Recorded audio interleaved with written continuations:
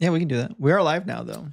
Hey, welcome to the Critical Christian Podcast. We're your host, Dan. And Justin, we ask critical questions about the Bible and provide questionable answers. And we are in arguably the most exciting portion of the Bible, which is the building of the tabernacle. It's funny because it only gets more boring from here. It's just riveting, I think. You know what's funny?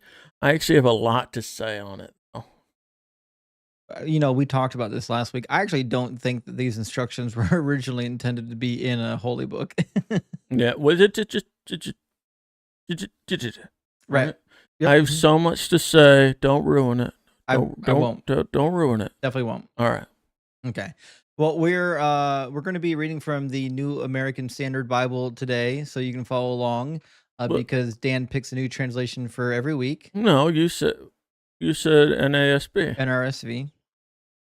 I know they sound similar when you're not listening. They actually do sound similar because B and V rhyme. Yeah, exactly. It starts with an N, ends with a B. Actually, V, not B. So it sounds similar. So you got 1 out of the 3 letters right. You were so close. 25%. No. I got the N and the S. That's 50%. Nope. What? Oh, you're right. You did get the S. It's NRSV. You get the N and the S. So you got 50%. But wait. B and V rhyme, so that's 25%. So for a rhyme, at least. Yeah. So you got rhyming and some of the letters. So 75%. Yeah, that's like a nice. I mean, listen. Eventually, we're going to be on the same translation. Nice. One day. Yeah, one day. I honestly thought I did good this time. I know you put it on the top of your notes in big bold letters. Yes, I did. Oh well. Like I did it. No, you could just ask me before you do your notes. You know what? Like, hey, what's the translation we're supposed to be using? And you know what you're going to say? You're going to say, oh, you should know. I would not. I mean, I would say that, but I'd still tell you. Yeah, after I say, you're going to tell me or what? Yeah, I would. Yeah. Yeah, it would take like 10 minutes. I mean, I'm going to give you a hard time. You are. I'm just like, forget it. That's my love language. Giving people a hard time? Yeah. That's it. Yeah, I haven't read that book. What book? The 5 more love language. That's the 6th love language. It was conveniently left out of that book. Oh, I can see why. Yeah. It's only effective for some people. Yeah, I get it. Like Republicans. All right. It's the love language if you're in a committed relationship and you've been there long enough, you're not afraid that the person's gonna be disturbed for you being you. When you really get to be you. Okay. That's when you can use like sarcasm and like fart around them. Well, I mean, yeah, I would do that on day 1. Just set the stage right away. Just clear the air by. Fill the air. Yeah, fill the air. Fill the air. Oh, well, all right. Well, let's get right into it then. The most riveting part of Exodus, verse 1 in chapter 26. Nice. Moreover, you shall make the tabernacle with 10 curtains of fine twisted linen and violet, purple, and scarlet material. Very majestic. What? So it sounds very majestic, doesn't it? Oh, yeah, it's hot. I didn't mean to interrupt you.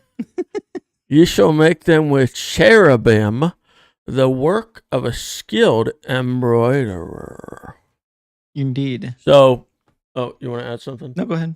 All right, so I'm guessing these were, relatively rare dyes or colors or whatever. Yeah, they were. I feel like so much of the Old Testament is pretty much a waste to everyone in our current modern time. I mean, you told me this was written because the present day priests, well, their present or past, had traditions and were trying to ascribe a meaning to them. Mm-hmm. Correct? Yeah. But if I were to go into a synagogue or what have you in our present day, would these descriptions still be followed? I would hope not. But it's in the Bible. Why would what do you mean you hope not? Well, the design of the tabernacle actually gets replaced in the building of the temple. In fact, it gets replaced almost immediately when they get into the promised land. So how long did that take? Well, they were in the tabernacle only while they were in the wilderness, so roughly 40 years. once they conquered the promised land, and they spread out, then Yeah. they developed their own centers of worship. You do realize you literally said the reason they wrote this down is because their present day tabernacles, temples, whatever, looked like it. And so they Mhm. were trying to figure out a reason why that's the case. Mhm. And now you're telling me you would hope that they wouldn't look like this. No, I thought you meant today. No, I meant when they wrote this. Well, obviously, when they wrote it, yeah, it Well, would be roughly similar. So, like when they went into the Promised Land, they had to make their own centers of worship, like popular ones at Bethel and Shiloh and Arad. Is most likely that this was kind of a template. okay. So they got into the promised land and they had a good time. And then Judah and northern Judah, whatever it was called, the north. Mhm. What's it called? Israel. Yeah. They split after that, right?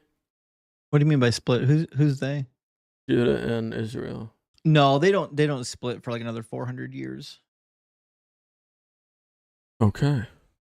So when they went into the promised land, they divided the tribal allotments, right? So every tribe got their own allotment of land, Yeah. and each region got like their own center of worship. Okay. It didn't seem to be that God commanded them to set up centers of worship in specific locations. It just happened to be that way. That being said, it's most likely that at this day and age, they kind of had an idea of how these things should be designed. Okay, great. But you just said almost immediately the tabernacle was replaced by the temple, right? 400 years later. That doesn't sound almost immediate at all. I didn't say immediately. You did. Mm-mm, Yes, you did. I did not. This is The recorded. tabernacle was replaced eventually by the temple. When they got into the promised land after 40 years, it was replaced by just localized centers of worship. Right. Which would mean not a tabernacle, right? Well, Therefore, they initially, stopped use and decorations and all that, right? initially they would have been in tents until they were able to build up their population in Mhm. an organized manner enough to get some sort of a shrine.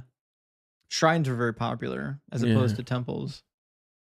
Probably cheaper, right? Yeah, much cheaper. The tabernacle was a tent. Yeah. And so when they got to the promised land and they all split up into 12 or 13 tribes or whatever,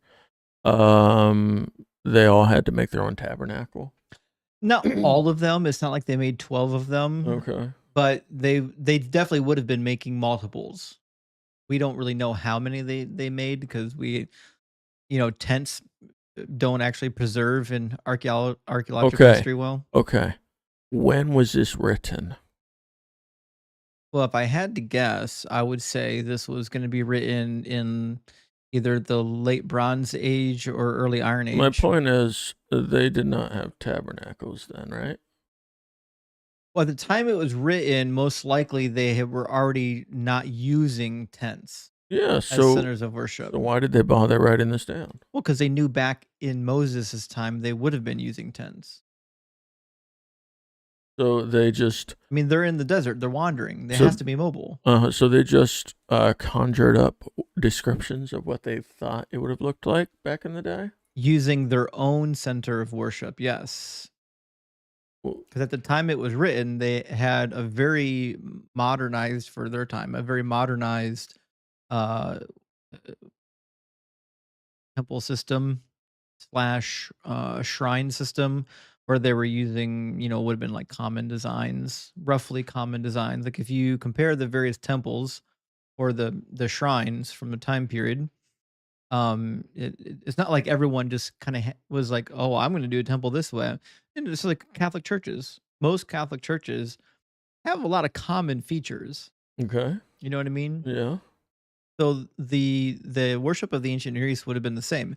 Like there was a particular way of setting up a center of worship, Mm-hmm. and there was really no reason to get rid of it if it was working. Yeah, but a lot of this is so exacting Right. that I'm just trying to figure out where they got this information from. Because you are telling me now when they were writing this, they did not have tabernacles anymore. No, in fact, I think this was written after Solomon's temple was already built. All right, so where did they get that information for the tabernacle? And I know you told me, but I didn't like your answer, so you're gonna have to try again. Well, it's just cultural. They just had, and I don't know. It was just part of their stories. A little bit, yeah. So, like, if you look at the building of Solomon's temple, you'll find a lot of reused imagery, even from the Epic of Gilgamesh. Okay. So, like, there's these common ideas in the ancient world about what, like, the dwelling or the house of God should be like. So these priests wrote this down. What were they hoping to achieve? A template For what? or centers of worship. Even if they aren't tabernacles. Well, yeah. I mean, they're writing this to tell their history.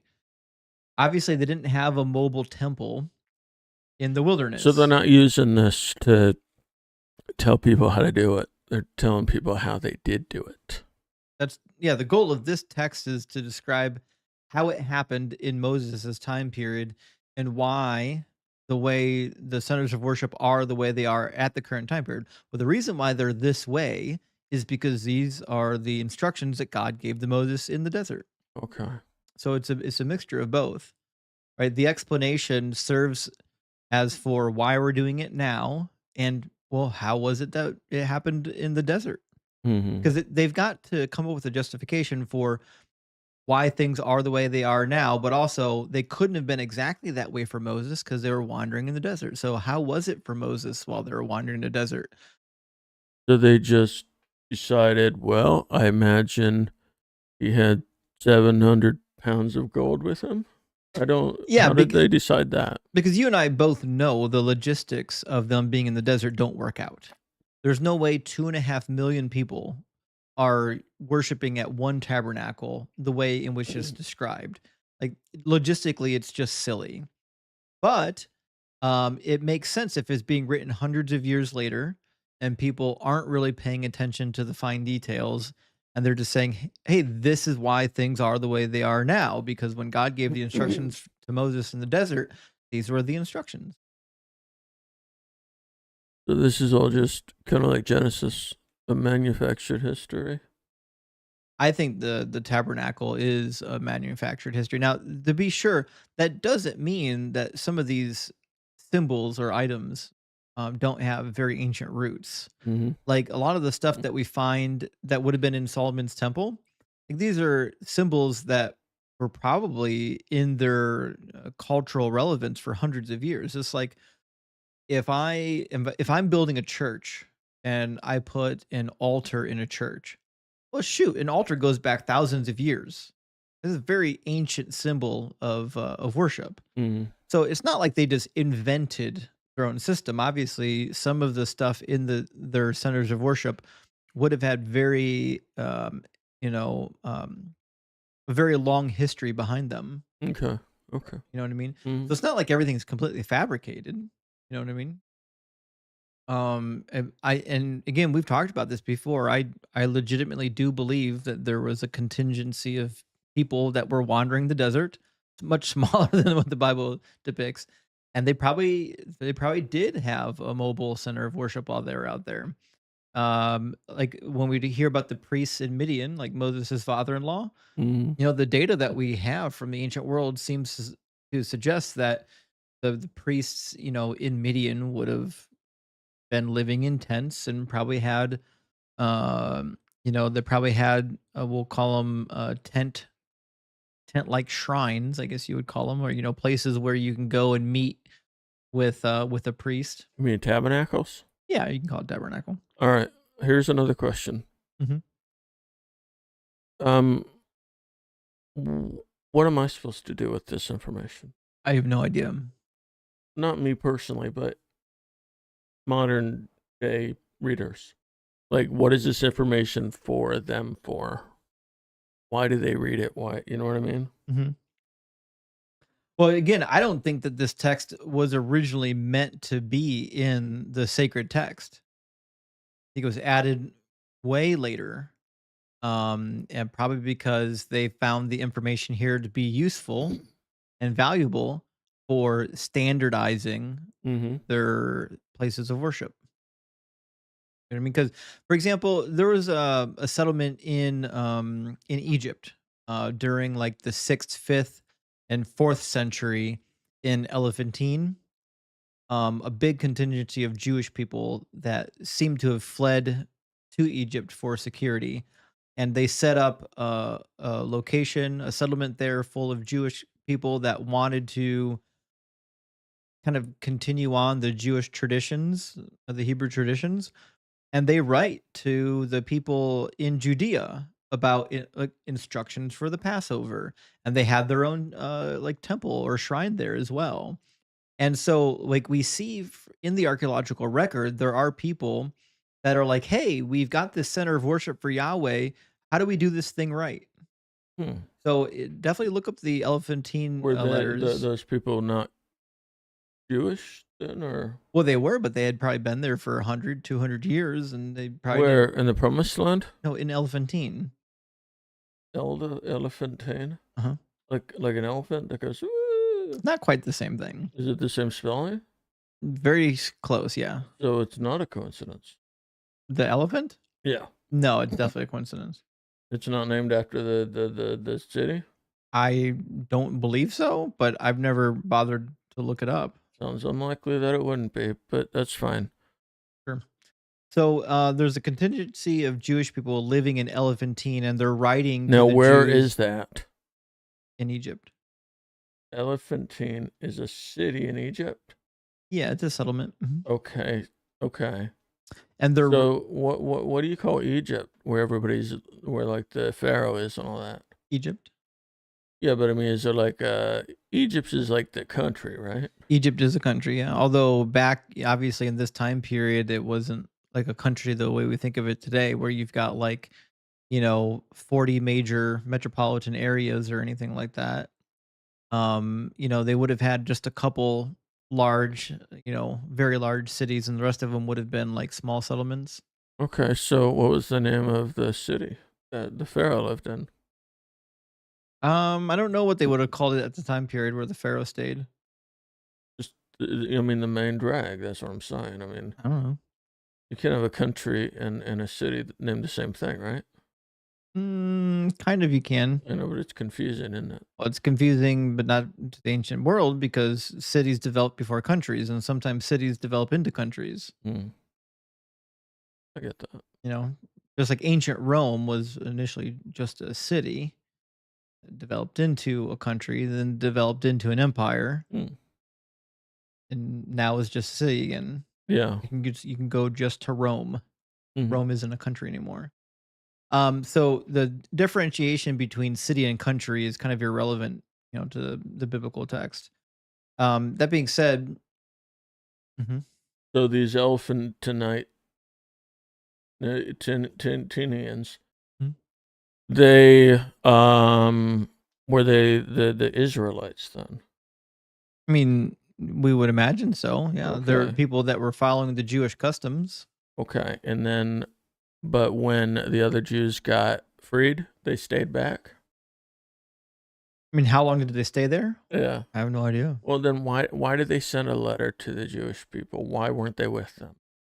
Because they escaped Who the Assyrians and Babylonians, escaped what?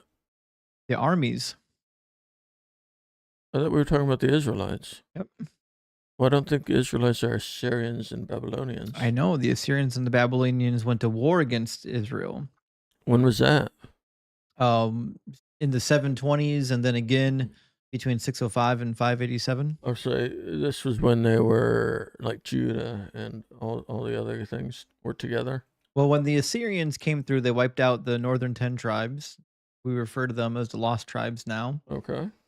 And then later, the Babylonians came in and essentially wiped out what was left of the north, and then also devastated what was happening in Judea, deported a lot of the people. And during both those wars, we find that people left the region and went to Egypt thinking they'd be safer in Egypt, which is why there's a large contingency of Jewish people in Egypt. I mean, during the Iron Age. Okay. Which is why we find letters of them writing back to, we'll call the headquarters in Judea, Okay. saying, "Hey, how are we supposed to do this correctly?" So in Judea, they were all, chilling out. And then some guy comes and, kills a lot of them. So some of them are like, we're going to go to Egypt because we'll be safe there. Yeah. And so there's a little group in Egypt just chilling out. Mhm. And then they're like, well, we're still, Jewish. So we better figure out how to worship God even if we're not in Judea. Mhm. Is that what it was? Mhm.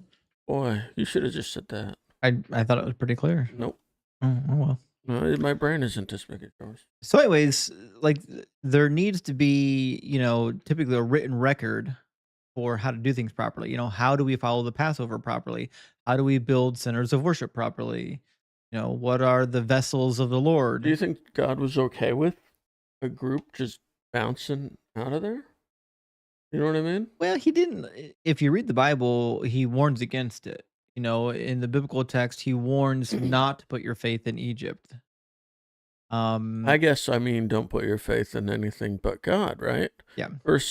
Then again, they almost Judea almost got wiped out. So at a certain point, they're probably like, right? Mm-hmm.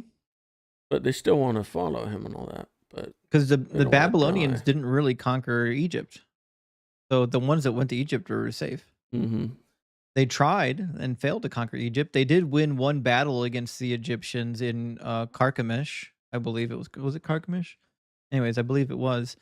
But Pharaoh Necho went to war with the Judeans up in, I want to say, Carchemish against the Babylonians, and it didn't go well.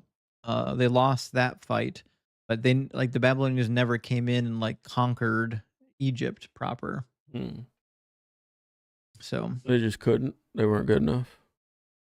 I don't know if it's that they weren't good enough, but it was such a long distance away, and they were already so overextended. Yeah. That at some point you kind of have to ask yourself if it's worth it to travel all of this distance just to win this war. Yeah. You know what I mean? Yep. So anyways, all that said, these texts were probably initially there as a way of formalizing, their centers of worship. And the way that you make it authoritative is you explain the history behind it, and you make sure that you put it on the lips of Moses. Yes. You know what I mean? Yeah, I get that. Yeah. So that's typically how you want to do that. Okay. Yeah. Hope that makes sense. Yes, that was 23 minutes for verse 1.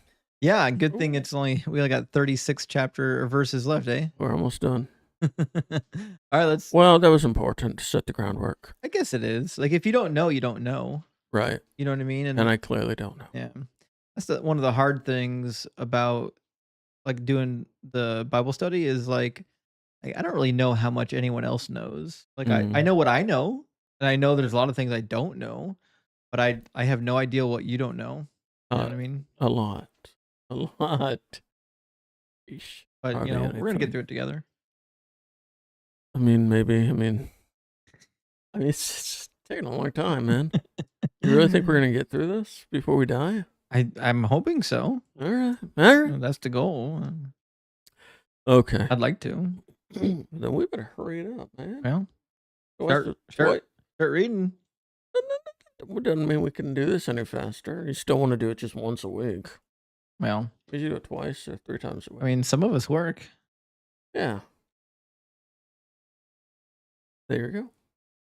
All right. I'm going to go for verse 2. All right, read verse 2.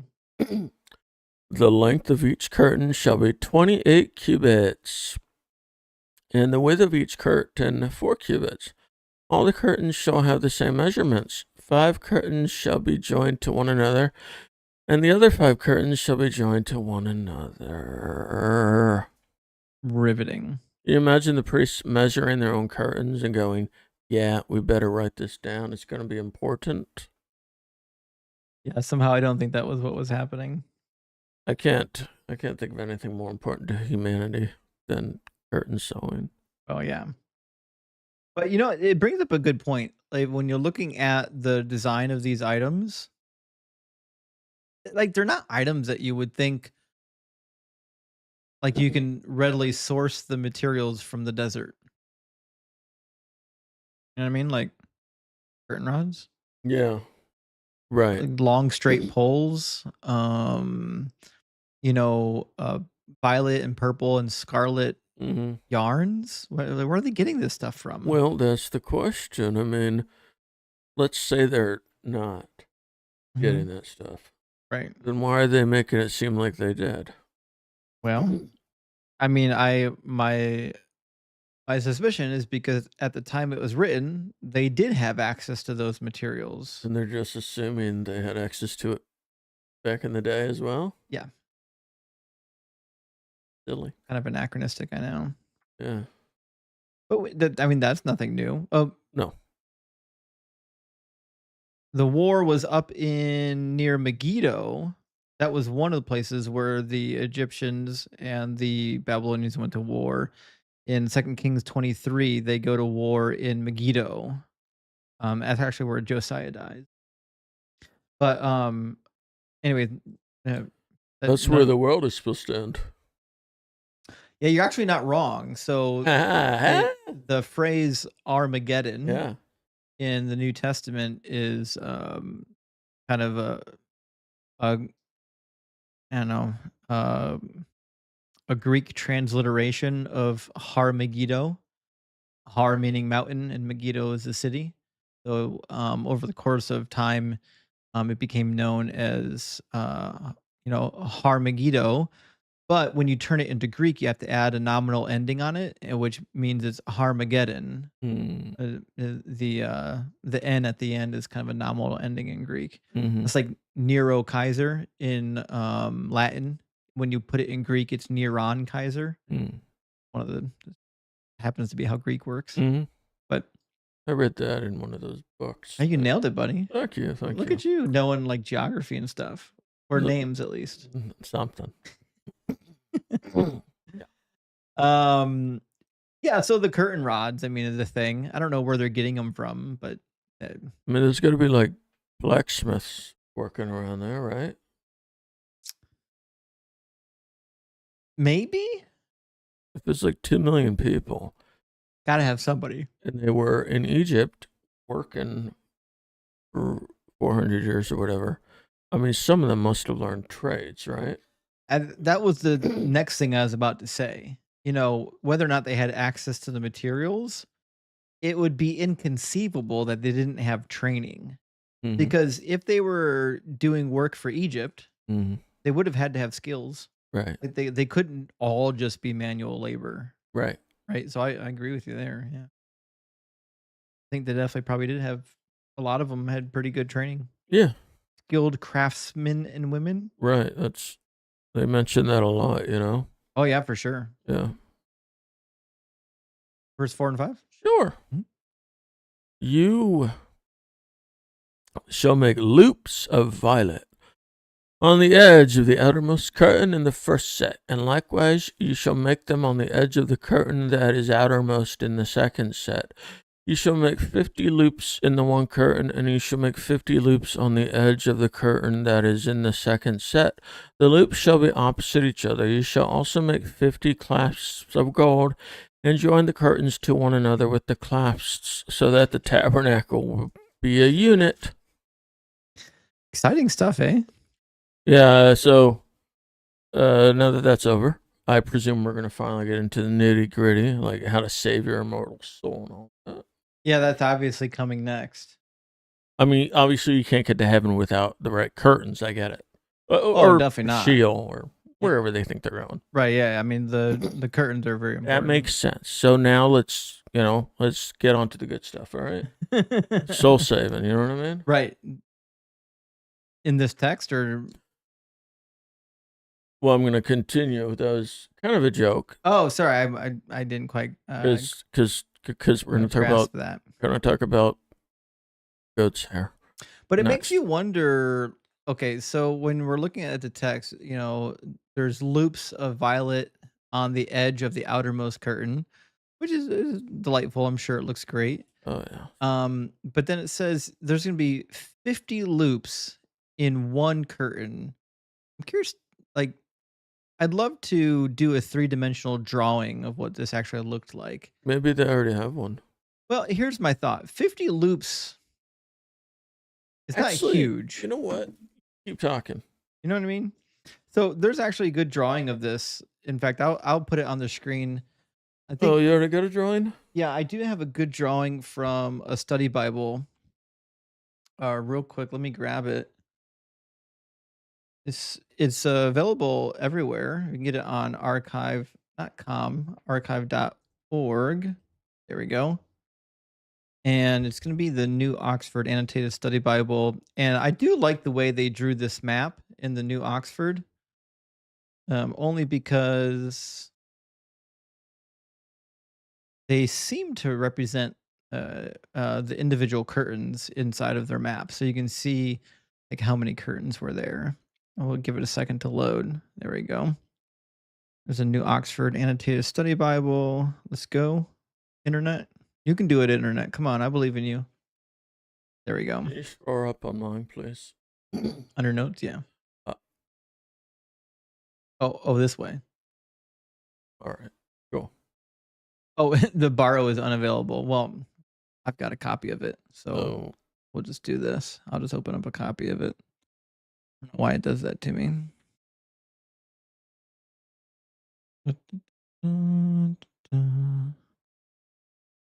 Oh, whoops. Wrong. There we go. Now we'll run down to the chart in Exodus. There we go. All right, let me zoom in on this chart here.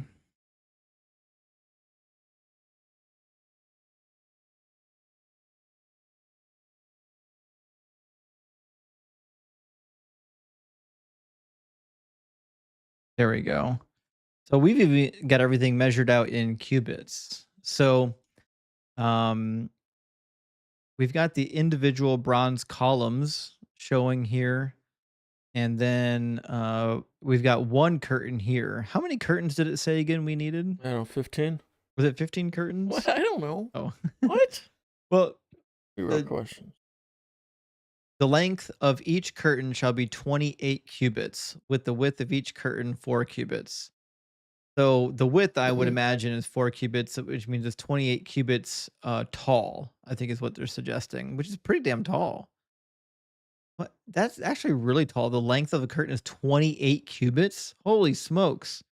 That's gigantic. That's 18 inches per cubit. Hold on. That means 18 times 28 is 504 inches. We'll divide that by 12. That means every curtain was 42 feet tall. Sure, why not? That's crazy. Why would that be so tall?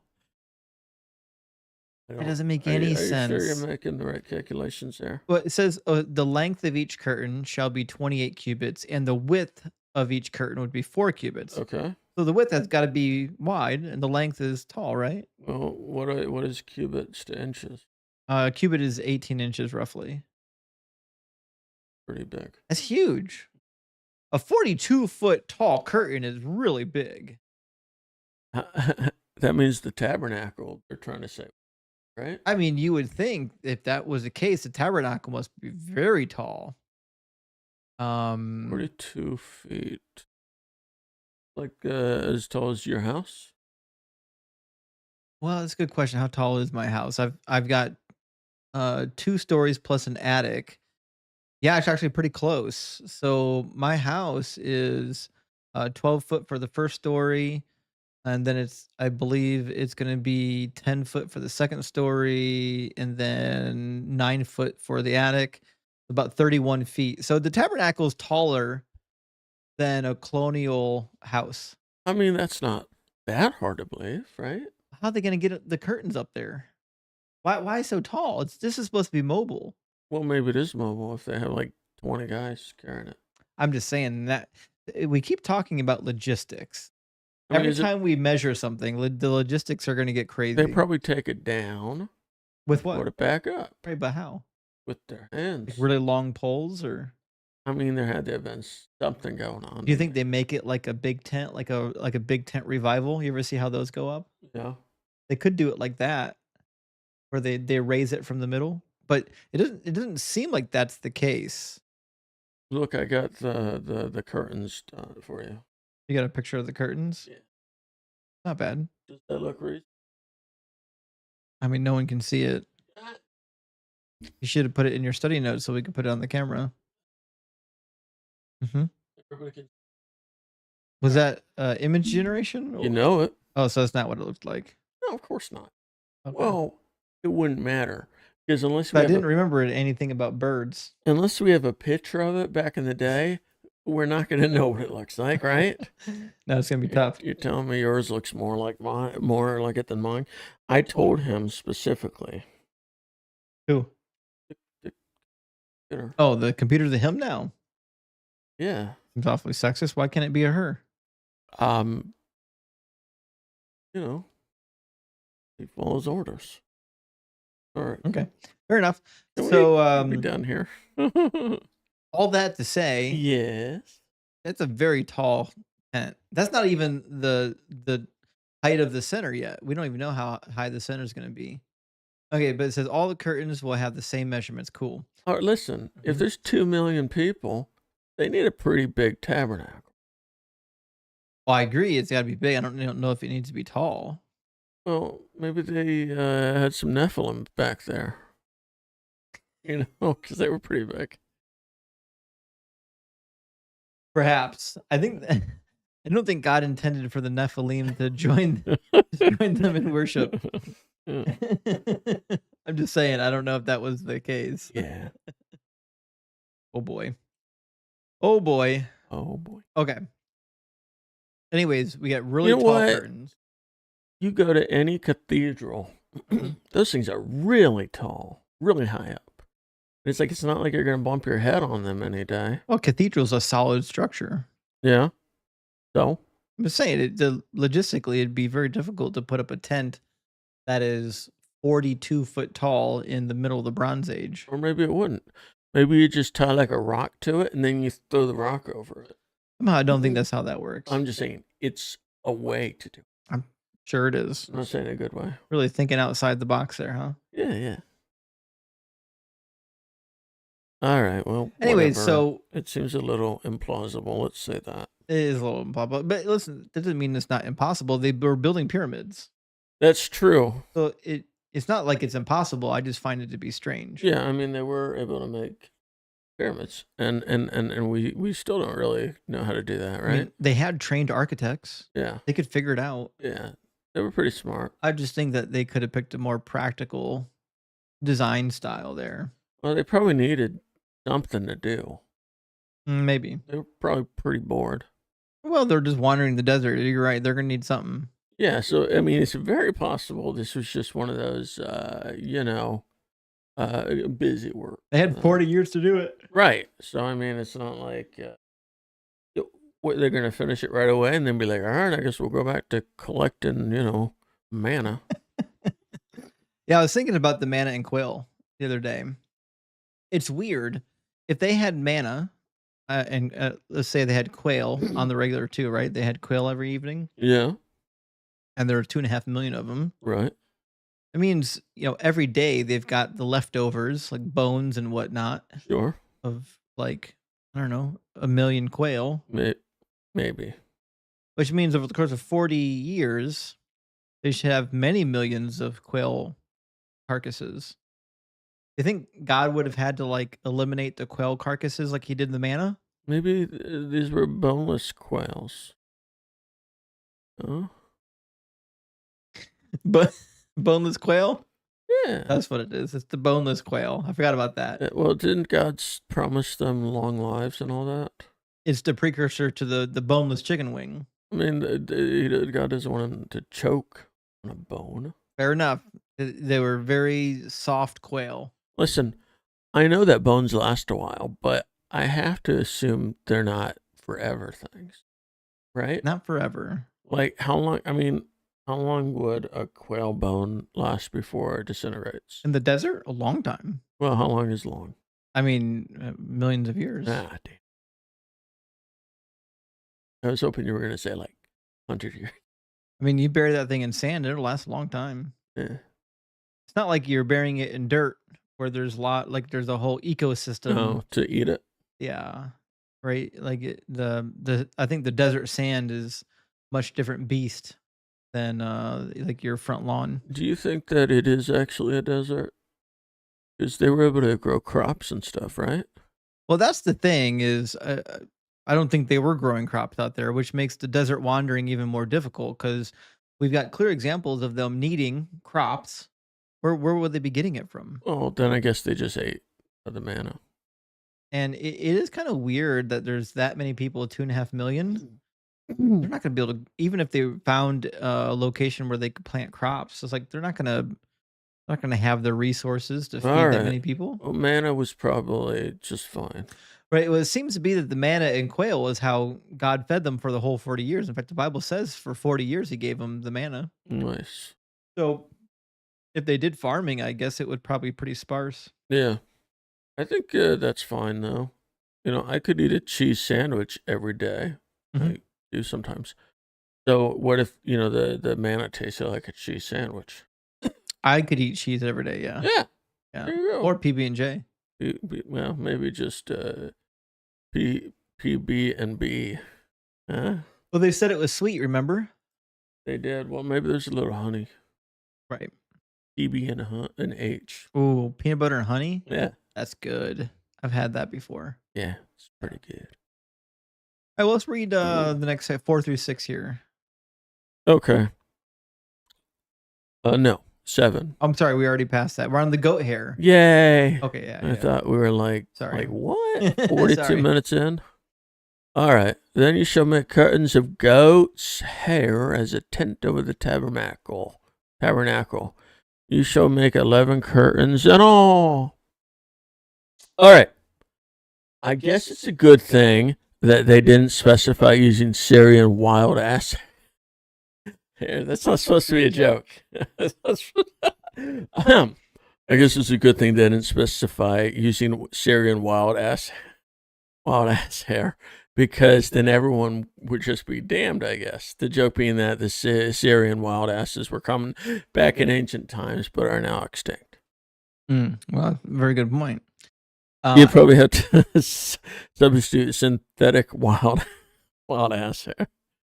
Well, I don't think they were making synthetic goat hair back in the day. No. I mean, I could be wrong. Yeah. But it is interesting. I mean, this is one material they would have had access to. They would have had access to goats for sure. Yeah. So, I mean, that's kind of cool. But look at the length of these curtains. Yeah, they're big. They're even bigger. They're 30 cubic. But these look like coverings, right? You're going to make curtains of goat hair as the tent over the tabernacle. Yeah. So it's hard to tell. This might be the top piece. Now, if these are top pieces and they're at an angle, then you would need them to be slightly longer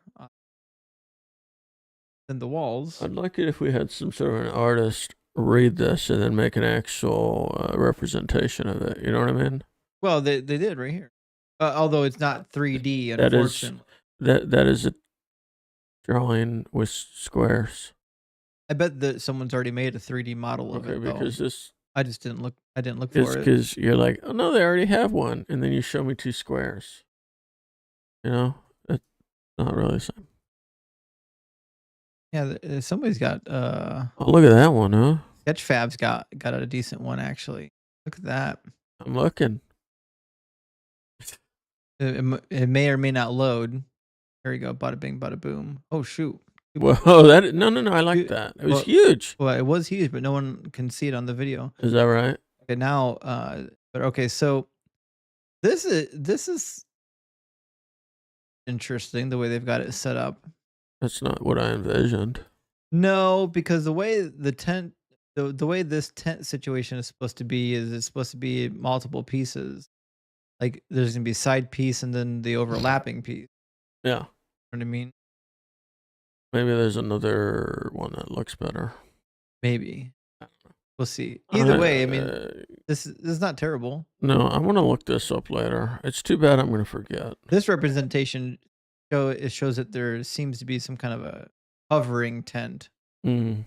And then there's a curtain on the. But anyways, whether or not there's a covering on the entire thing or just on the Holy of Holies, yes, we'll find out as we continue to read. Well, I mean, it probably is on top of the whole thing in case it rains.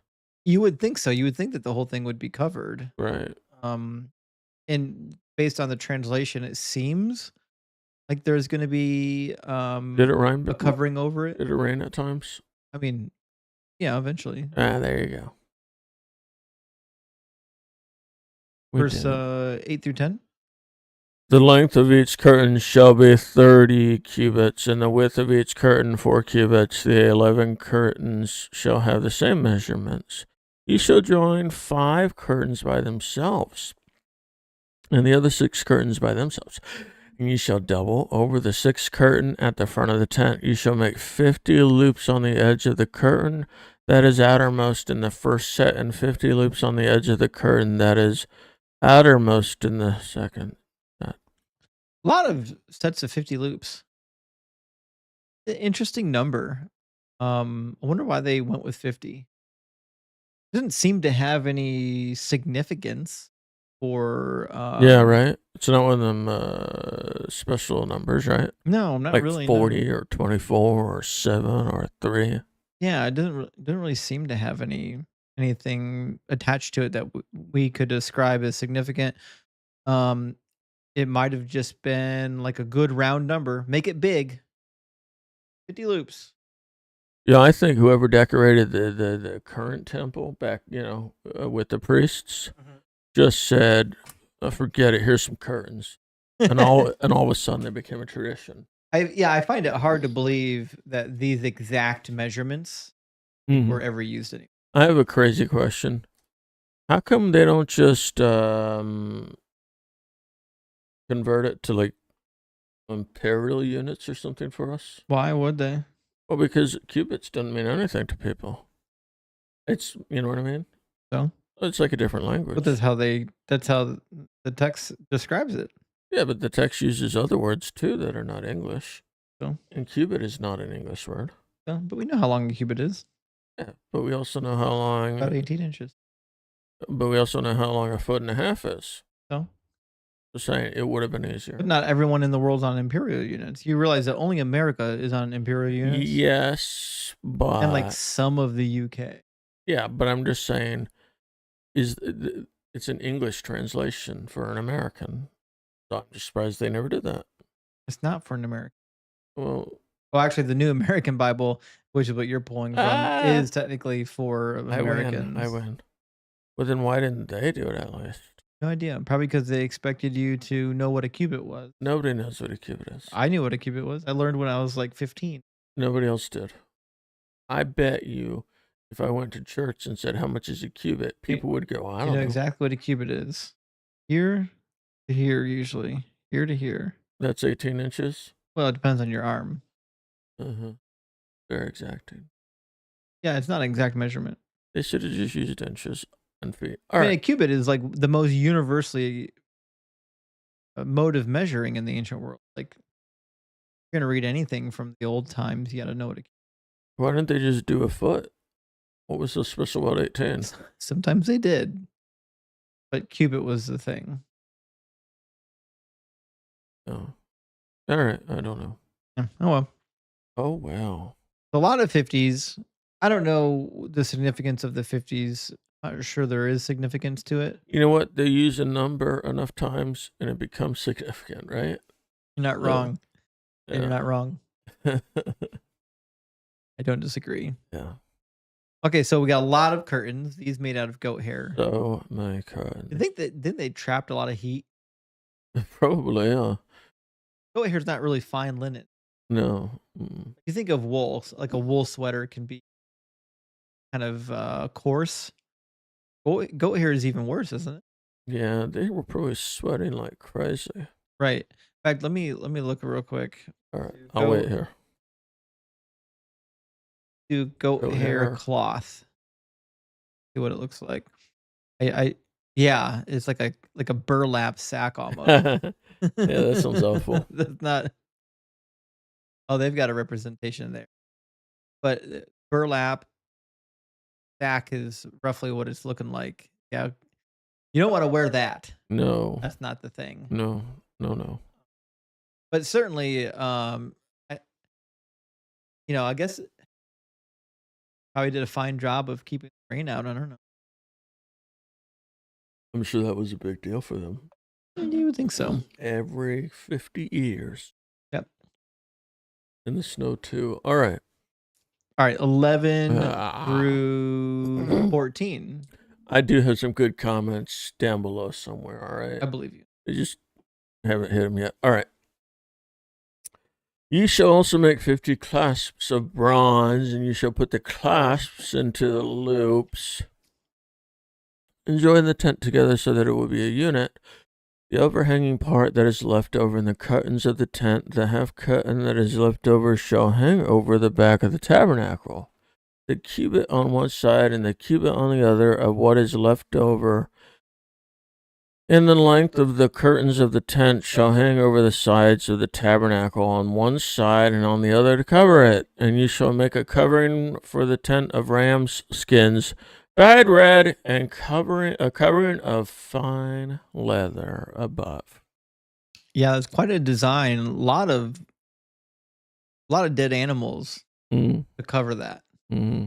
Certainly would be waterproof if you're lining it with leather. Oh, definitely.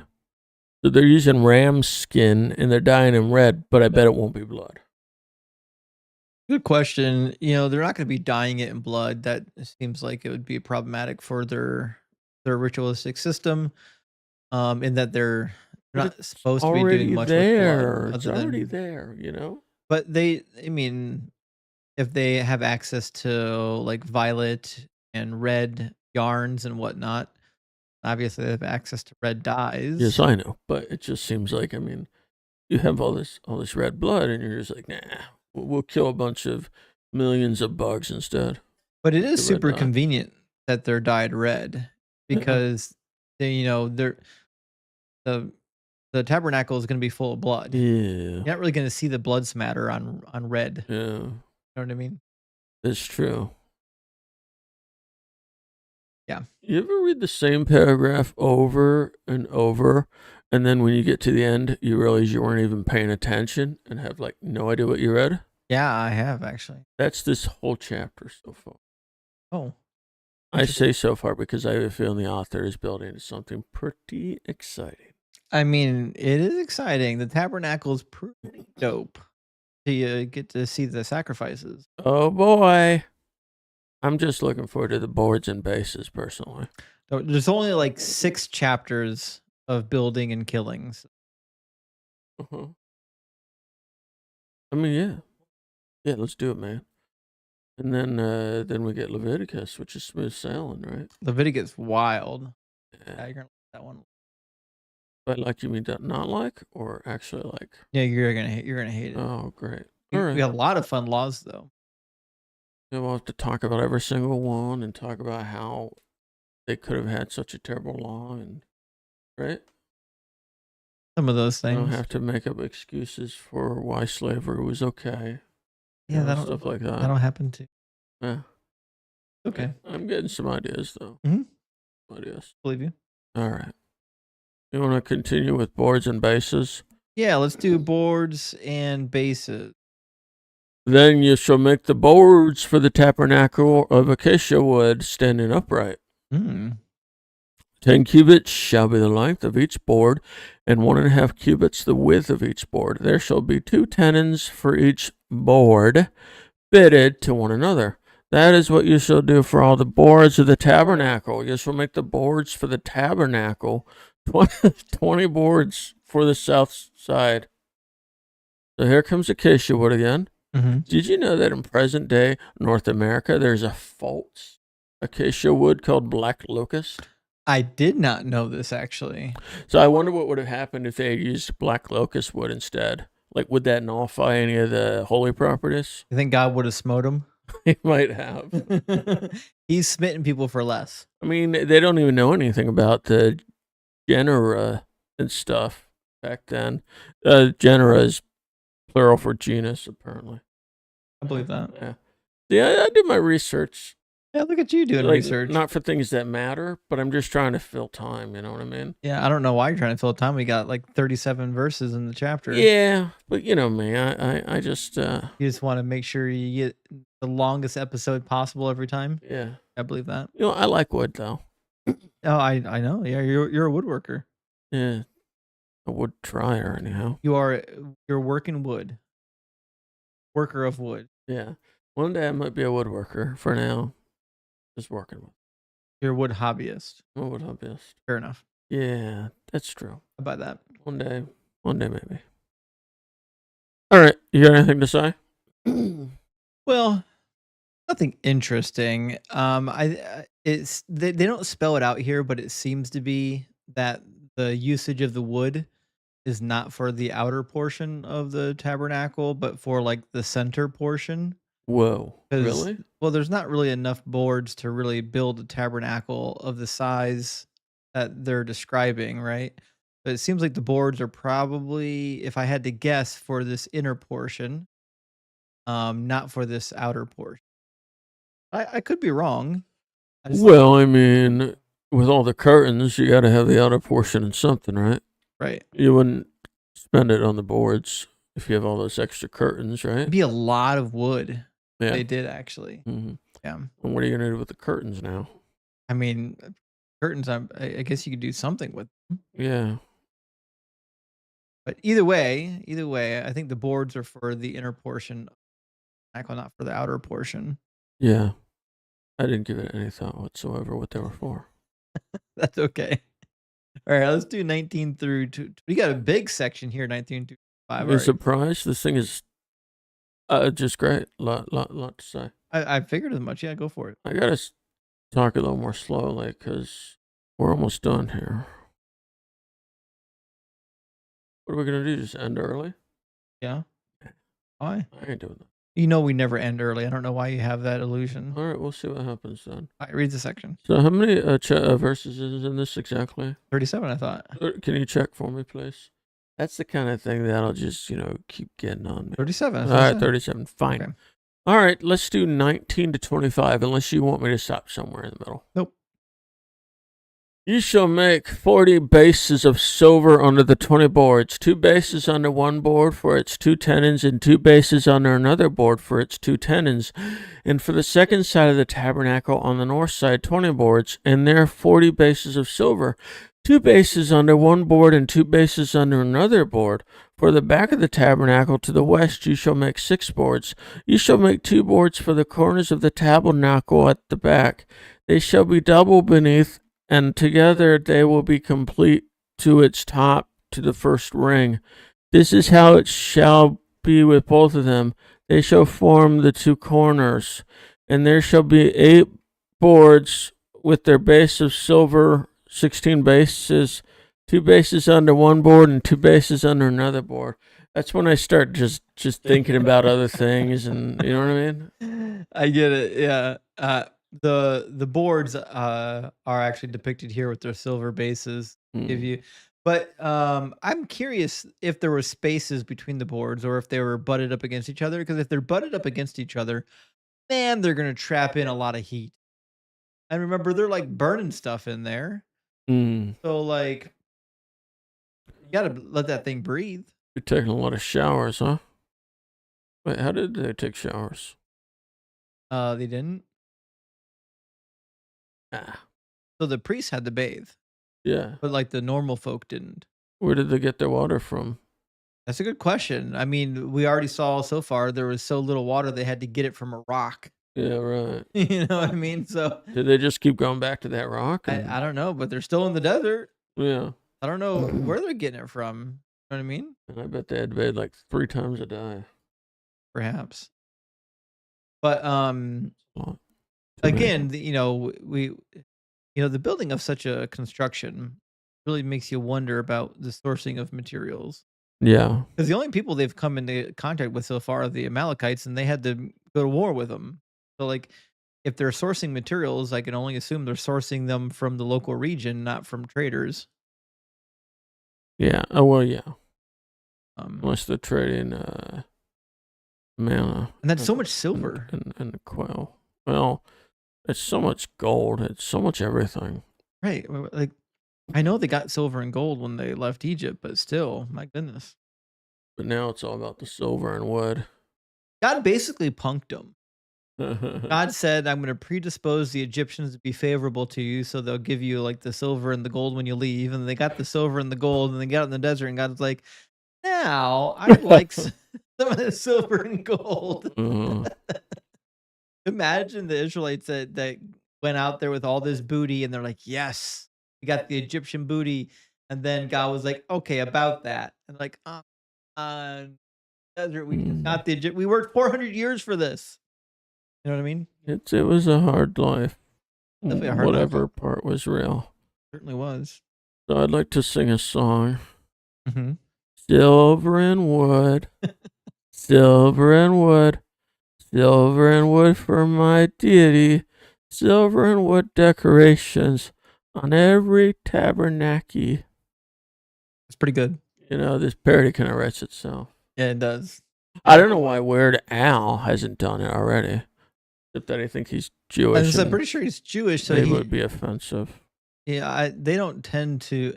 Well, the Jewish people are usually pretty good about making jokes of their own religion. Yeah. But they're not as fundamentalists as most Christians. Like, a lot of them don't take this text seriously. You'd be surprised the amount of Jewish people who don't believe Moses was a real person. Oh, really? In fact, half of the Jewish people aren't even believers in God. About half of the Jewish population are atheists. That makes literally no sense. You know that, right? No. Do you hear what I'm saying to you? It's just like the Greeks. The Greeks don't believe in Zeus anymore. They moved beyond it. Because that was dumb. It's not any more dumb than the. Oh, it's more dumb. How? Well, if you really want to know, because God is real and Zeus is not. Which is what they used to believe. Yeah, but they were dumb. They moved beyond it. Zeus is, hey, look, we're both going to get our caffeine on. I know, right?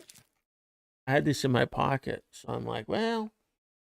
This is free advertising. If you want caffeine and you like coffee, but you don't want to stay up peeing all night, get some Copico little candies. They're amazing. Copico candies. They're basically, it's a hard candy made from coffee espresso. Delicious. And they are really cheap. Yeah, they are cheap. I got a thing of 200 of them for $12. Yeah, on the Amazon. Yeah, that's amazing. I know. That was nuts. I'm gonna restock soon. Yeah. Well, let's read the next section. Oh, I wasn't done. Oh yeah, I'm sorry. I apologize. I thought you were done. You got more singing? Because I'm here for the singing. Yeah. Okay. Tabernacle.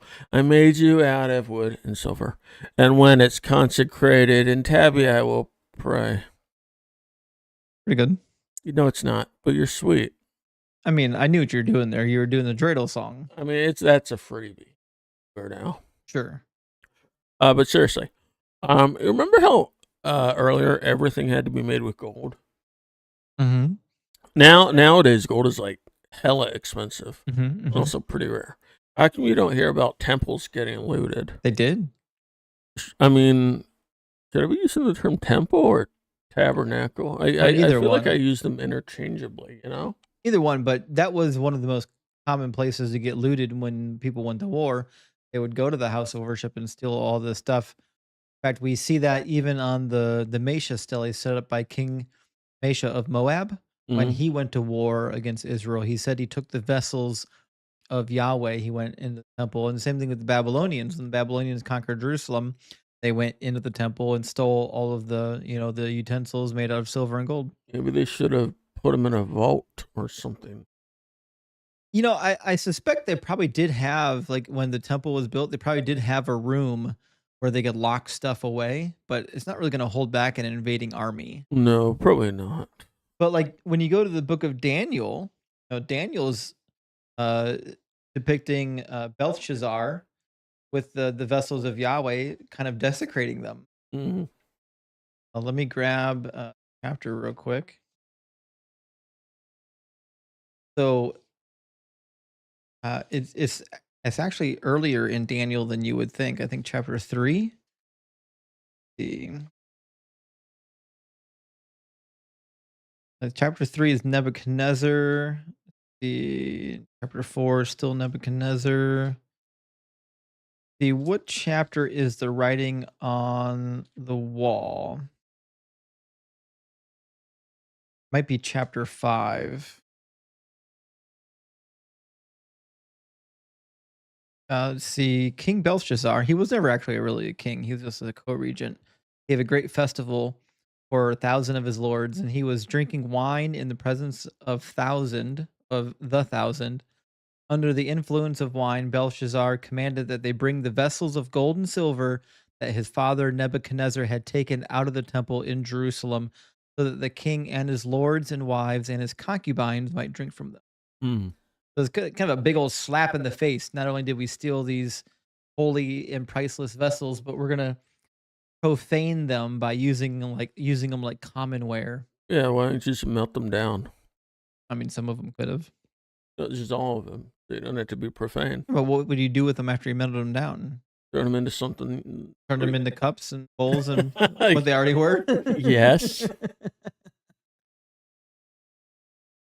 Yeah. All right, whatever. Cool. So our next section looks like 26 to 28. Yeah.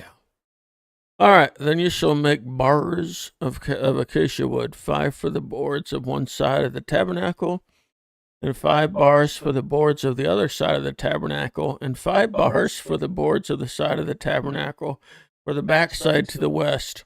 The middle bar in the center of the board shall pass through from end to end. 2 bars of wood. I bet if Fort Knox held $500 billion worth of wood bars, there would be a lot less heist movies about it. Yeah. I wondered about the translation choice myself. Why they would go with bars. Yeah. You know what I mean? My guess is if you look in any other English translation, they might have cleaned this up. The one thing that I do like about the NASB, which is what you chose for this week, and only this week for some reason, is they do tend to be like very rigid with their translation. Like they don't smooth a lot of stuff out. Mm. Like if the original text says bars, they're probably going to translate it as bars, whereas like the NRSV, when it says something that's kind of goofy, will try to clean it up a little bit. Mhm. But in the NRSV, it says bars too. You should Oh. make bars of acacia wood. That's weird. Yeah, it's kind of it's a weird. You smelt that wood down in the bars and then. Yeah, it's weird, man. Mm-hmm. Yeah, I don't know what a bar of wood is. Right. Yeah. I can know what a plank is. Mm-hmm. I guess a bar of wood could be like a thick slab, a really thick slab of wood. Because like the difference between a bar and a board is length and thickness, right? I believe that. Did they have like nails back then? I mean, they could, yeah, use nails back then. Yeah, But did they? yeah, they had nails. Oh, okay. A lot of wood joinery in the ancient world was done using other pieces, believe it or not. Oh. In fact, if you go to like Japan and China, you'll see a lot of wood joinery still using non metal devices. In fact, the Amish still do it. The Amish still build using dowels instead of nails. No, I mean, I think that's incredible, but I'm still going to use nails because they're just easier. And they're easier, I know. I would love to get some wood screws. Yeah, wood screws are nice. Wood in screws. Oh, wooden screws, that wouldn't work. Yeah, they would. They would break. No. Yep, the rotational torque's way too high to go into a piece of wood. Well, just pre-drill it. Well, yeah, if you pre-drill it, but they don't have drills. No, I'm talking about me. Well, why would you need a wooden screw if you're gonna pre-drill it? Just drill it to the right size and put a dowel rod in there. Just because it looks nice. I don't think it looks. Well, you're But then you got to put wood filler in it. Now you've got like a wood in the top of the screw. You've got a little indent that you got to fill. I don't think that's true. Every screw has an indent. That's you got to put the screw head into it. I don't know about that. Yeah, you got to put a Phillips or a flathead into it to get it in and out. Yeah.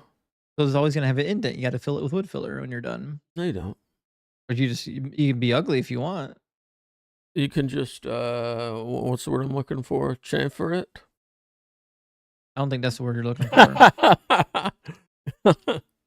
You know, circularize it and make it cut in so that it's nice. Still wouldn't be flush. You know what I'm talking about? Yeah, but that's not what you want to do to it. It would be flush. It would not be flush. It would be flush with the rest of the outside. It would not. Well, not with the inside. You'd still have the indentation where your tool has to go into. Yeah. It wouldn't matter. Which is why you want to use a wooden dowel, because it wouldn't leave any marks. It would look just like a flush piece of wood when you're done. Yeah, but it doesn't matter. It still looks nice. Well, I'm saying it looks better that way. But it still looks nice. Aesthetics matter. You can't be a craftsman and then poo-poo on aesthetics. I'll poo-poo whatever I want. All right, fair enough. Okay, that's enough wood talk. All right. All right. Right. We were talking about bars, but there's really nothing interesting there about on the bars. Maybe do 29 and 30? Yep. Or just 29? No, or 29 and 30. Yeah. Okay. Right. Oh, sorry, there's something special going. Okay. And you shall overlay the boards with gold and make the rings of gold as holders for the bars. Fair enough. And you shall overlay the bars with gold. And then you shall overlay the gold with platinum, and overlay the platinum with rhodium, and then overlay the rhodium with antimatter, and then slather it all in margarine. All right? I figured that's how it's supposed to keep going. It escalates quickly. Yeah. Yeah. I was trying to figure out what the most expensive things are, and my computer said that antimatter is the most expensive substance in the world. Can we harvest it? How do we? I'm not really sure. Thought that was like a thing that existed, but I didn't know you could like harvest it. Well, it's got a price tag, so you must be able to buy it. Well, it's expensive. I wonder, what the going rate for antimatter is on the black market. On the black market, huh? I don't think you just roll up and buy it anywhere. I'm gonna find out. All right. I don't think it's very easy to acquire a gallon of antimatter. It says it's $62.5 trillion per gram. Jeez. Okay. Yeah. What's the dollar amount again? 62.5 trillion. For how much? A gram. Like a sugar cube? Yeah. Sounds legit. I want to know how they're getting it. It said that NASA produced 10 milligrams of antimatter, and it cost them $250 million. Your tax dollars at work. You know what? I believe it. I actually do approve of these types of researches because, yeah. Listen, I mean, the only way to find out about the world around us and the universe that we're in is to fund the research. Mm-hmm. I know sometimes it sounds silly, like, oh, we're wasting all this money, but NASA has come up with many inventions over the years during the research that we're Velcro profiting from. Velcro, pressurized pens that read upside down or whatever. There's a lot of technology from benefit every day. In fact, GPS was partially pioneered. If I was in control here, I would just give this big bunch of smart people a bunch of money and say, just invent stuff. I don't know if it's that easy, but it is. Not too far off the beaten path. I mean, they give a lot of money to NASA and they give them objectives. Did you know that Trump recently signed a bill to give, the the defense budget, like a bunch of money. Oh, why wouldn't he? But listen to He's a this. Republican. Right, but listen to this. If you just used 1/10 of that, it would have paid off all student loans. I believe that. Yeah. I hate Republicans. It's what it is, man. They're not real Christians. I agree. They're not. Yeah. Yep. Their God is money and Trump. Yep. Very hard for a rich man to enter the kingdom of heaven. You know what? I think I actually wrote about that. All right, let's keep going. All right, let's keep going. See, we were. How about the real 30? Right, exactly. Yeah. Then you shall erect the tabernacle according to its plan, which you have been shown on the mountain. Mm-hmm. Mm-hmm. So, wait a minute. This feels like a retelling of God speaking with Moses. Still the same story. I thought this was just a technical manual. No, they're picturing it crazy. as though he's getting the instructions while he's up on the mountain for 40 days. Even though they were, I mean, And obviously that's why he was up there for 40 days. He had to draw the damn thing. They thought it was lost. He was here trying to do blueprints.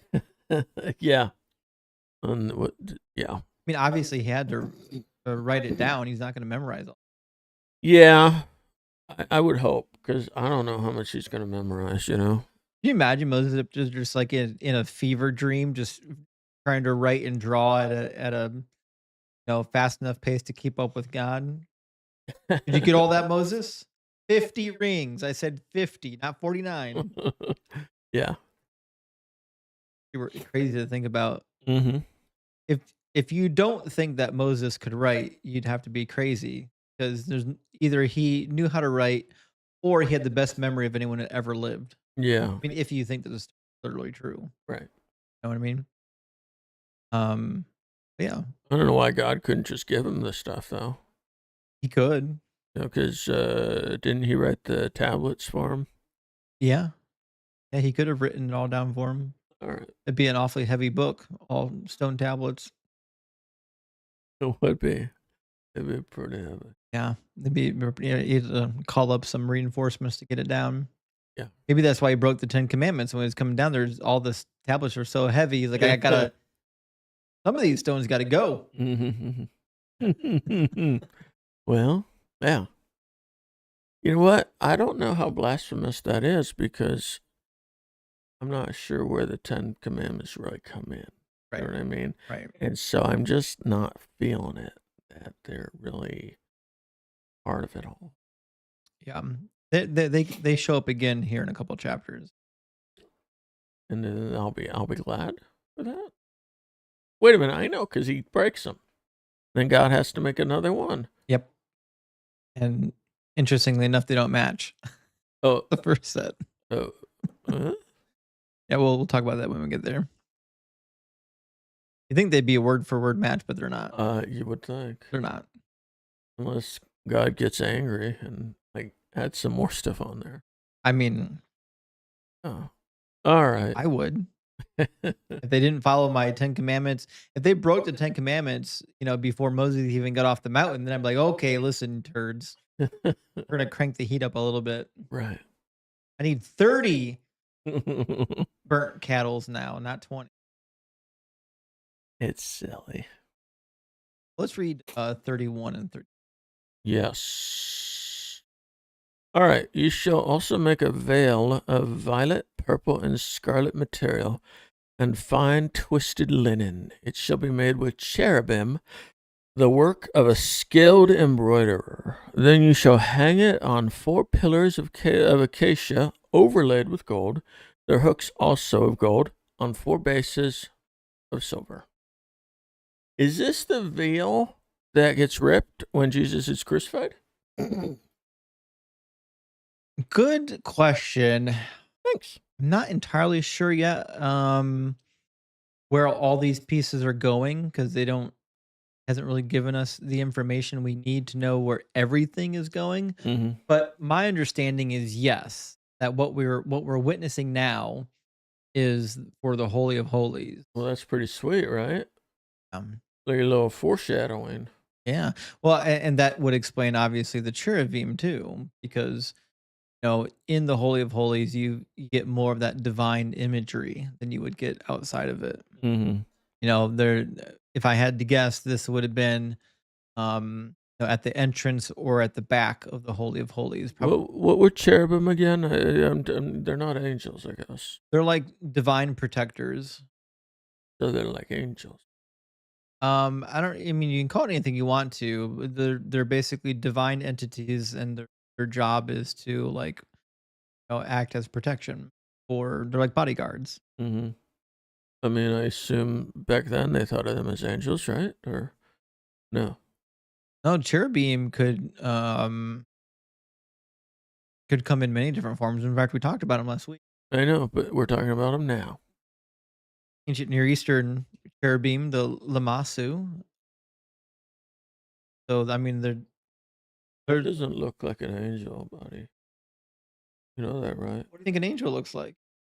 A human with wings, isn't that obvious? The angelology developed way after the period where Moses lived. Angelology? Yeah, like the concept of angel developed way after this period in time. Like when we think of angels, we're imposing a more modern view onto the text Mm-hmm. because there was a division between what we would call angels and what they would call seraphim and what they would call um the cherubim. Mm-hmm. There were three different classifications. Um the the Melachim, the actual messengers, would be more properly to call them angels, whereas the seraphim and the cherubim would not necessarily qualify as angels. No, this is according to the Bible or according to not the Bible? Both. We've got literature from the time period that helps us to define what these words mean outside of the Bible. But it has to be in the Bible then. Otherwise, it's just like fiction or something. No, the Hebrew language developed outside of the Bible. The Bible didn't invent these words. Meaning? Meaning we know what they are in the Bible because we already know what they are outside of the Bible. Okay. The culture is what informs us of how the word is being. Like a seraphim originally was like a winged fiery serpent. Oh. And a cherubim could be, any type of divine protector, sometimes very human like, sometimes not so much. Sometimes part human, part animal. Yeah, they're always shown as humans in the Bible, though, huh? Hell, I mean, in Renaissance literature, they were shown as babies. Little naked babies with wings. Yeah. That was their conception of cherubim. Crazy. Well, I mean, that's what we think of as Cupid, right? I missed the mark on that one. A little bit. A little bit. 33 to 35? No. Oh, sorry. Yeah, stuff. A lot of stuff. Sure, let's have it. We have to scroll back up, please. Oh, okay. So, the problem with chapters like this is there aren't that many questions. No. I doubt there's a section of Christian apologetics that deals with explaining the components of the tabernacle. Like some atheists, it's going to be like, excuse me, but do you have archaeological evidence that the menorah had exactly 7 branches, or are we just taking Moses' word for it? Right, yeah. It's pretty funny. I didn't write it, but that's fine. Most Christian apologetics are going to try to take the individual pieces of the tabernacle and pigeonhole them to be somehow about Jesus. Because, for a lot of apologists, they want to go into the Old Testament and make everything about Jesus.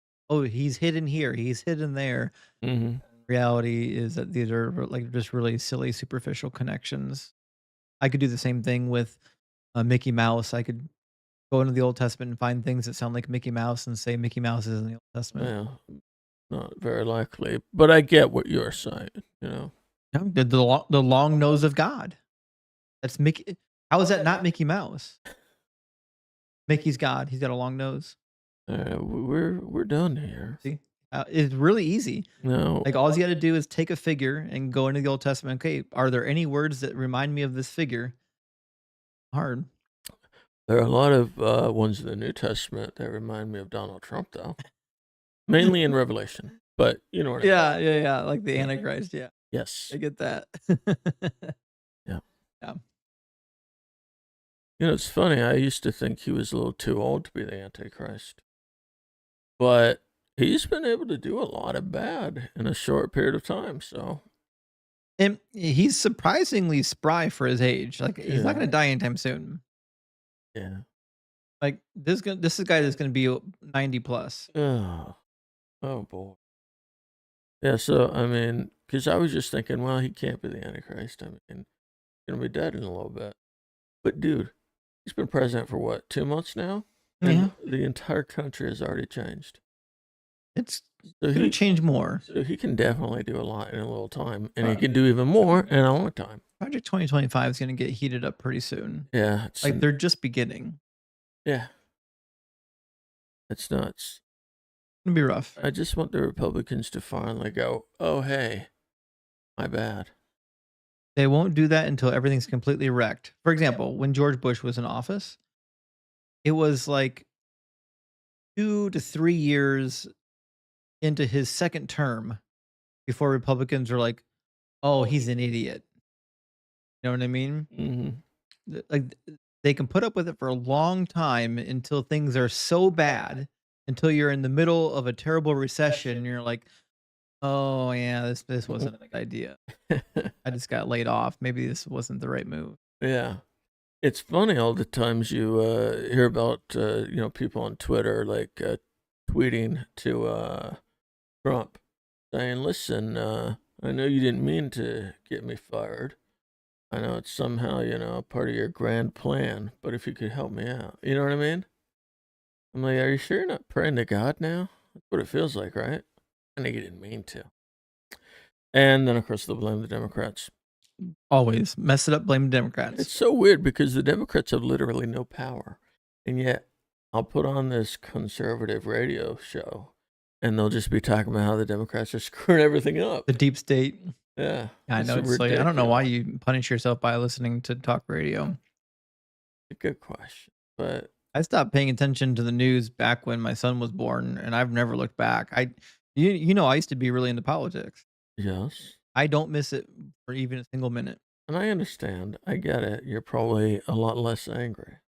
Yeah, I'm much happier not following politics. But that's how you become a Republican. You're not wrong. So Fair enough. I'm just saying. Fair enough. You vote for Trump because he goes right in your gut. Exactly. Hates all the people you hate. Yeah. You vote on principle and don't pay attention. Right. I get that. Or most people, I think they're like, well, he's pro-life. Done. That's what my ex-girlfriend was like, That's how a lot of Christian voters are. She said, I don't care what the Republican, if they're pro-life, that's all I need. Yeah, they're single issue voters. And then I banged my head against the wall a few times. That's why they keep getting elected, because they know that they have a power move. Yeah. The power move is abortion. Yeah. If we could just get people to realize abortion is not murder, who knows what would happen? Asking right wingers to pay attention to science, that ain't gonna happen. Or the Bible. They're definitely not gonna read the Bible. Come on. Yeah. But let's read the next section. No. Let's talk more about politics. We are not doing a political live stream. We should do another podcast together. It's just politics. As fun as that would be, yeah. I don't have time. You can make time. Just take a day off from work every week. That's fine. I don't mind. When we get to 1 million followers on this account, I'll quit my job and we can. On this account? Can it be on your other account that it's actually possible with? I mean, I might be up to 100,000 by the end of the year.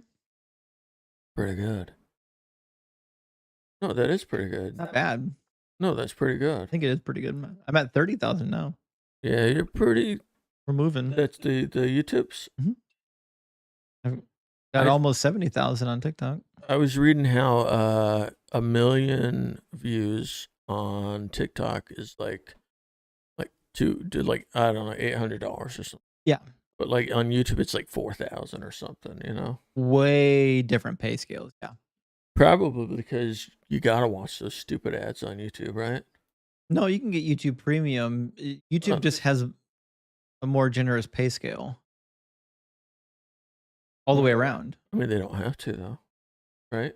Well, they're trying to make sure they're the dominant platform. And how do you get people to stay on your platform and not go to others? Pay them better. Did you know that apparently Twitter pays money? They said Yeah. that for every million you get $8. I know Twitter doesn't pay enough for people to care. $8. That's just funny. Get 1 million views and you can only pay for the blue check mark. Yes. Yeah, isn't it so funny? All right, let's read the verse. Fine. What are we doing? I think we're on 33. All right. Ready? Mhm. You shall hang up the veil under the clasps and bring in the ark of the testimony there within the veil. And the veil shall serve as a partition for you between the holy place and the most holy place.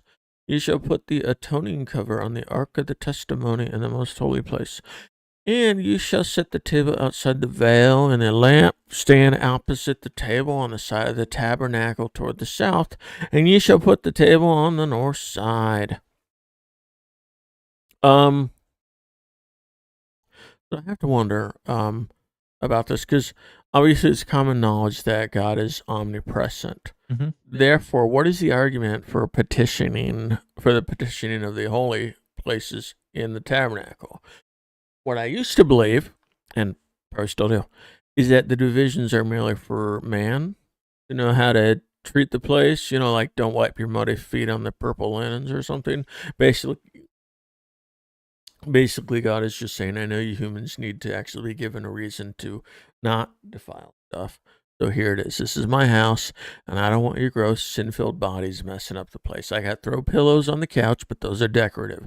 Don't you dare think about actually sleeping on them. Yeah. Nailed it. No. What? Yeah, divine presence. You were is- nodding the whole time. I was listening. No, you were nodding. Well, You were active listening. And divine presence is more complicated than that. There's this idea that a deity could manifest their presence, but like only a part of the presence, not fully manifested, not the full glory. But when God does manifest his full glory, he only does it in the location that is the most holy, the most sacred, and the most they cleanse. That doesn't mean that he can't manifest elsewhere. Like we'll see that in Deuteronomy 23. He talks about how he goes with them in the camp, and therefore they need to cover their dung when they go to the bathroom. So a burning bush, right? What? What? He manifested himself into a burning bush. Yeah, right? he did do that. Yeah. Okay, there you go. And I wouldn't say that's very Right. no. It's a bush. Right. Yeah. But there's this idea that like the actual glory of the Lord, the actual fullness of God, is supposed to manifest inside of the Holy of Holies. Mm-mm.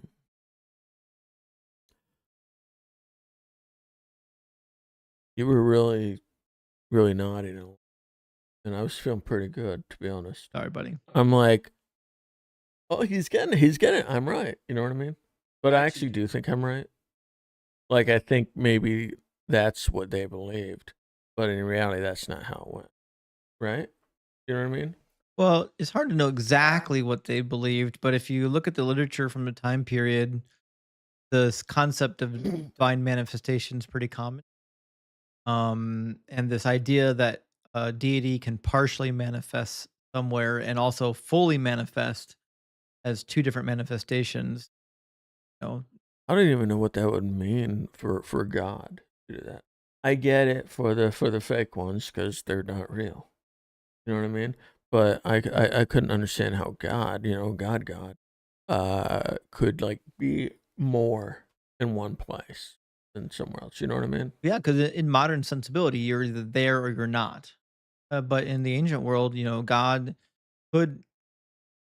I don't want to use the word divide, but the God could essentially, occupy various spaces at various levels. Which makes no sense. They thought of it, Which makes no sense. not to us, No. sense to them. But didn't somebody go into the most holy place and get killed or something? Yeah, Nadab and Abihu in Leviticus, like chapter 11 or Because they something. were drunk, right? Yeah, Yeah. and they offered unholy fire. Get drunk in the Holy of Holies. You don't want that. No. It'd be a bad day. Very dumb thing. That was a bad move, huh? Yeah. I mean, there's a lot of dumb things people do, but that's way up there, isn't it? Pretty high up. Yeah. Who did they think they were? They were kids. They were stupid. Well, how old were they? Not helpful. They could have been like 60. We have no idea. Or 60 was young back then. Exactly. Yeah. 60 was the new 20. Yeah. All right, whatever. 36 and 37. You know it. Okay. You shall also make a curtain for the doorway of the tent of violet, purple, and scarlet material and fine twisted linen, the work of a weaver.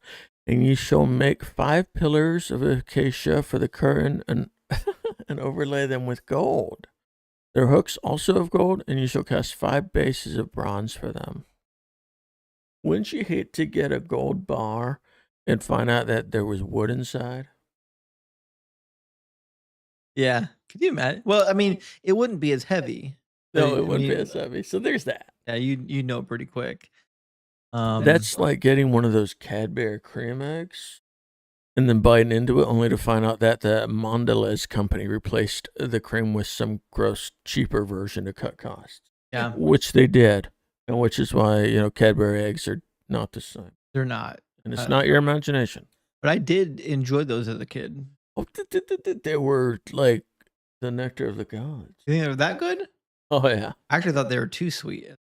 I liked them, but I thought they were. Well, you could have a nice big glass of milk with them. You know what I mean? Maybe. I was all about that Reese pizza. I mean, those are fine too, but Cadbury, I'd take it like the insides of a Cadbury egg, just put them in a cup, just like drink that down. You know what I mean? And then Got 3 cavities just thinking about it. I'm just saying now it tastes awful. All right. Yeah.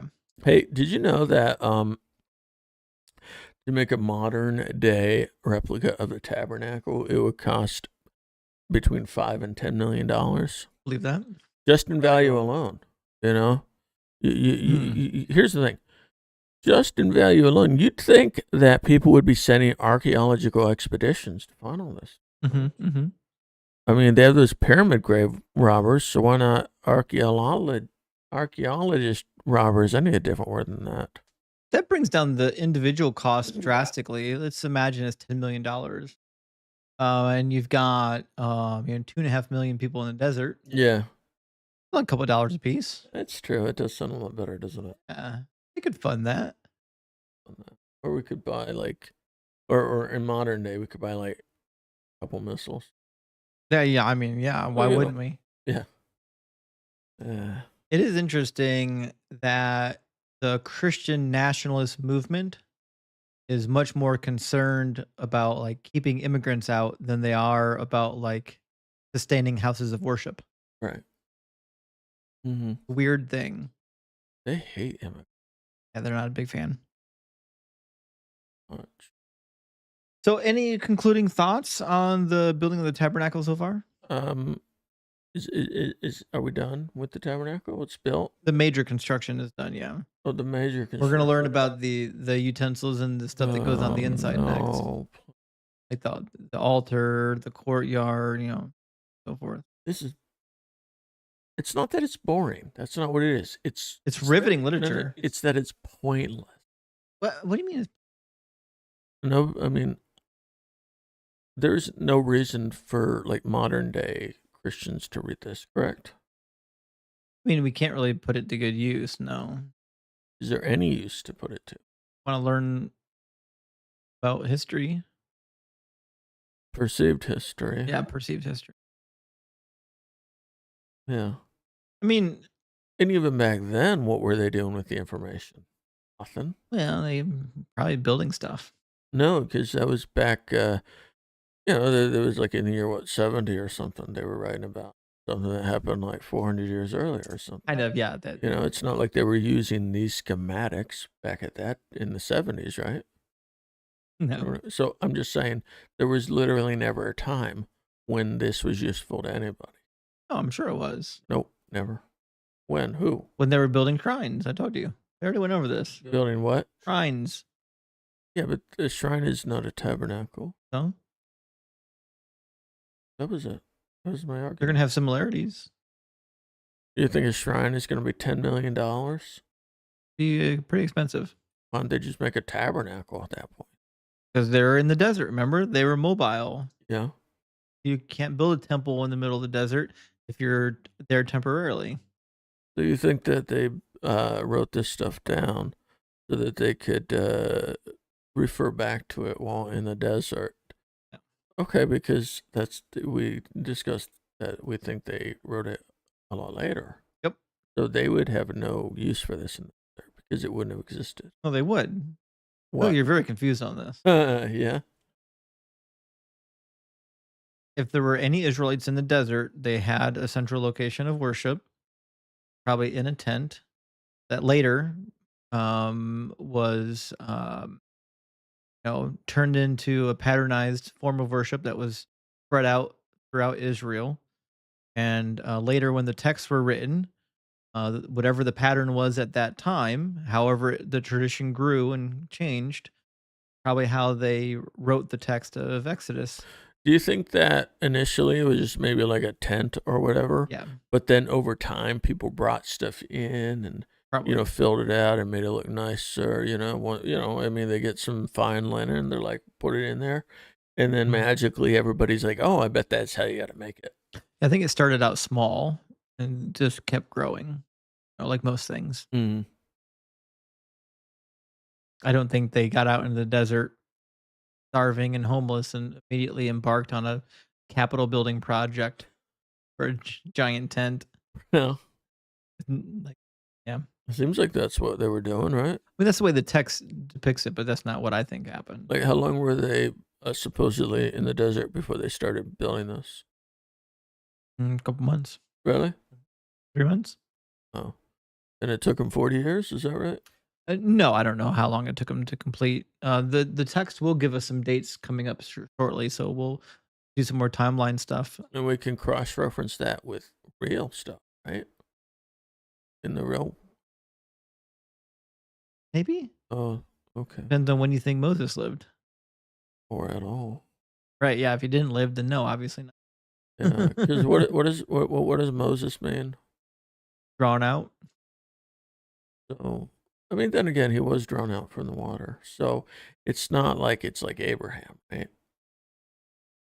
The father of many? Right. It's literally the same thing. No, because Moses was drawn out of the water. Right. And Abraham was the father of many.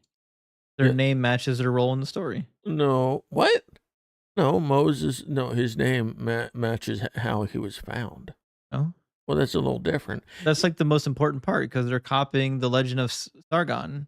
Sargon was placed in a wicker basket, floated down the river, and got saved by a worker in the palace, then was raised in the house of the gardener of the palace and became king over the entire empire. Oh, so this is like a trope or something? Yeah. And the people that read this back in the day, did they realize this? Yeah, they would have. Yeah. And they would have read this and been like, oh, clearly Moses wasn't real. They're just trying to show that our God is better than theirs. Well, I think they probably would have thought Moses was real. They just would have recognized these as like symbolic mythologies on the backstory. It's certainly possible that they could have thought the whole legend was completely real. I'm sure some of them did. But yeah, I mean, Sargon of Akkad did it way before Moses. Because I know there's a lot of parts in Genesis, at least, where they're just trying to take other myths and write them as though God is more powerful than them. You know what I mean? If I said that right? Yeah. Okay. Well, guess the world may never know about any of this. All right. Well, I think that's all we have for the week. So Oh, thanks but we for got another 15 minutes. We don't. No, we do. You know we can hang out. We don't have to be live on stream to hang out, right? I know, but you always don't. I'm not gonna make you like. You always do. You're like, get out of here. We're done. Get out of That here. literally never happened. We're only friends on here, and That's then not true.